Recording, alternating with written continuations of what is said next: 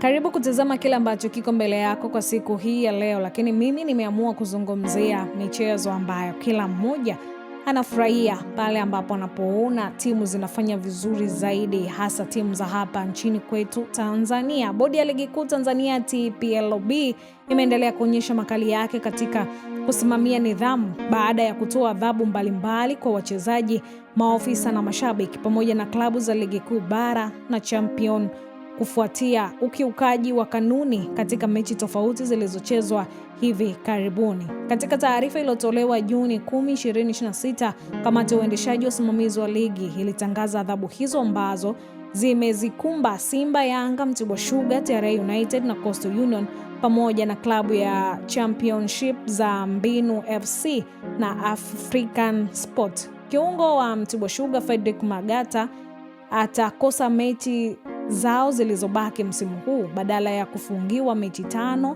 na kutozwa faini ya shilingi 500,000 kwa kosa la kuwashauri maofisa wa Mtibwa Sugar kufanya mabadiliko ya mchezaji ambaye hakuwa sehemu ya kikosi kilichoruhusiwa kucheza mechi husika. Lakini mbali na hilo, TRA United imepigwa faini ya shilingi milioni 5 kutokana na kocha mkuu wa timu hiyo kutokuhudhuria mkutano wa waandishi wa habari kabla ya mechi dhidi ya Mtibwa Sugar. Klabu hiyo pia ilitozwa faini nyingine ya shilingi milioni 11 baada ya kocha msaidizi kutofika kwenye mkutano wa kabla ya mchezo dhidi ya Fountain Gate.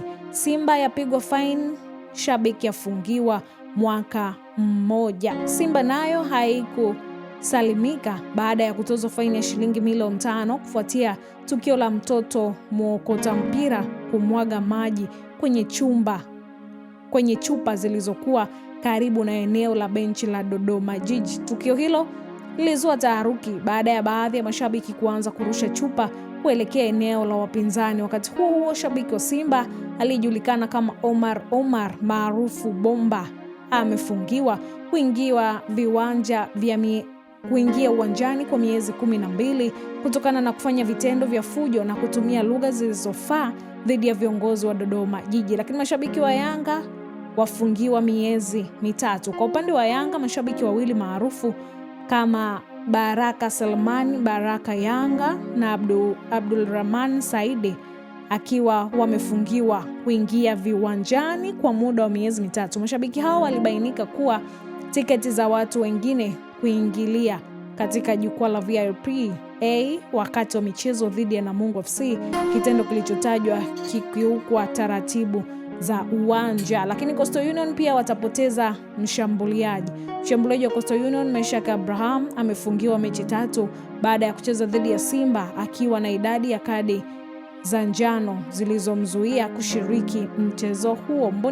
Mbuni FC katika ligi ya Championship, Mbinu FC ya Arusha imetozwa faini ya shilingi milioni 1 kwa kushindwa kutekeleza taratibu za mtiririko wa matukio ya siku ya mechi wakati wa michezo dhidi ya TMA. Aidha, mchezaji wa Mbuni FC Lema atatozwa faini ya shilingi 500,000 kwa kukwepa kupokea mikono ya timu pinzani kabla ya mchezo kuanza, kitendo kilichoelezwa kuwa ni kinyume na kanuni za nidhamu kwa wachezaji. Lakini tukija kwa African Sport yaonywa vikali. Kwa upande wa African Sport ya Tanga, klabu hiyo imepewa onyo kali baada ya kuwakilishwa na waombaji 4 badala ya wawili kwenye kikao cha maandalizi ya mechi dhidi ya Polisi Tanzania. Kamati ilisema kitendo hicho ni kiukwaji wa taratibu na mashindano na kuwataka viongozi wa klabu hiyo kuzingatia kanuni katika michezo ijayo. Sasa kwa ujumla, adhabu hizo zinaonyesha dhamira TPLB